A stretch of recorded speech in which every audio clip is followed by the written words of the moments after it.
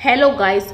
ज़ुकाम, कफ, सूखी खांसी, बलगम और इन्फेक्शन के लिए आज मैं आपको जो नुस्खा बताऊंगी, अगर आप उसे सुबह शाम कंटिन्यू लेते हैं तो आपकी पुरानी खांसी, बलगम वाली खांसी, चाहे सूखी खांसी है, आपकी चेस्ट से घर घर की आवाज़ आती है, गले में बलगम आ जाता है और आपसे सोया नहीं जाता, गले में इन्फेक्शन हो जाता है और भी ना जाने कितनी तरीके की परेशानियां आपको खांसी की वजह से होने लगती हैं। तो आज की वीडियो में ये जो मैं आप रेमेडी बताने वाली हूँ, इसे अस्थमा वाले पेशेंट भी ले सकते हैं।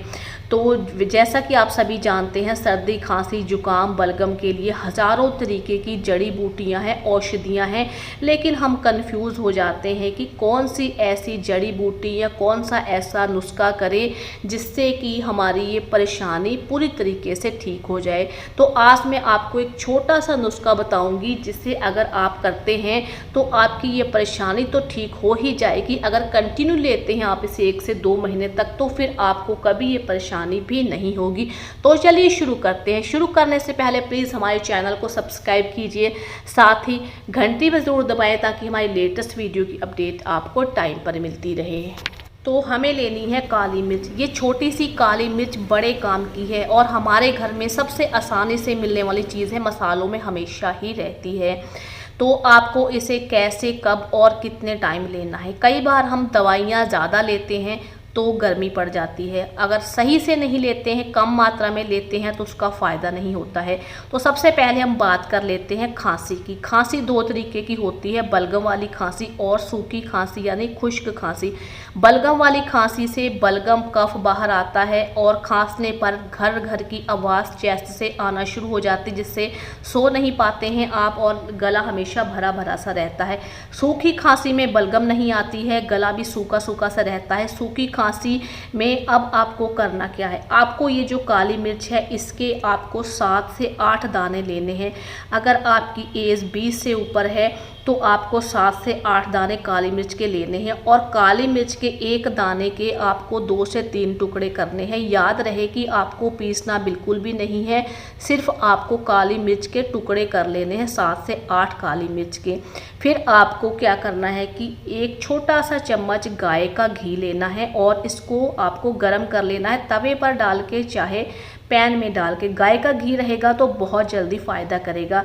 फिर इस टुकड़े किए हुए काली मिर्च को आप इसमें डाल दें और 1 से 1.5 मिनट तक कम गैस पे आप इसे जला लें। जब आपको लगे कि इसने घी एब्जॉर्ब कर लिया है, जितना पकना था ये पक चुकी है और लाल हो गई है, तो इस तरीके से थोड़ा सा भून के आपको काली मिर्च को अलग निकाल लेना है। घी का इस्तेमाल बिल्कुल भी नहीं करना है। बचे हुए घी को आप शाम को काली मिर्च भूनने में इस्तेमाल कर सकते हैं या किसी सब्ज़ी में इस्तेमाल कर सकते हैं।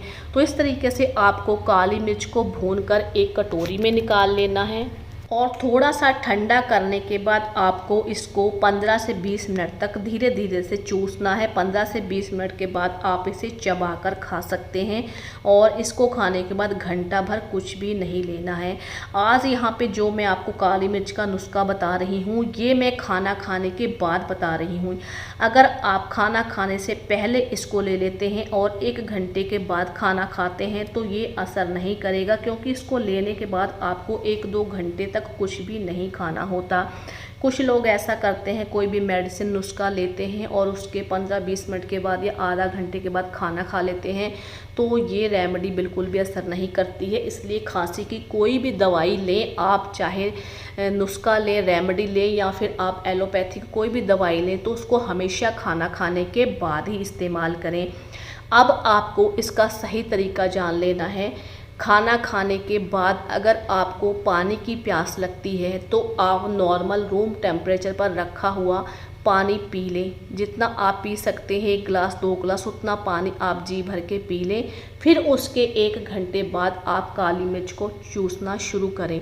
कुछ लोग खाना खाने के 1 घंटे तक पानी बिल्कुल भी नहीं पीते हैं, 1 घंटे के बाद गर्म पानी पीते हैं। तो आप खाना खाने के 1 घंटे बाद गर्म पानी पी लें, फिर आप काली मिर्च वाली इस रेमेडी को कर सकते हैं। धीरे धीरे से चूसते रहें और आधे घंटे के बाद आप फिर से गर्म पानी ही पीना है। आप चाहे पहले पिएं या बाद में, आपको गर्म पानी ही पीना है। और इसको खाने के बाद आपको 1-2 घंटा हो सके तो कुछ भी नहीं लेना है, तभी ये रेमेडी असर करेगी।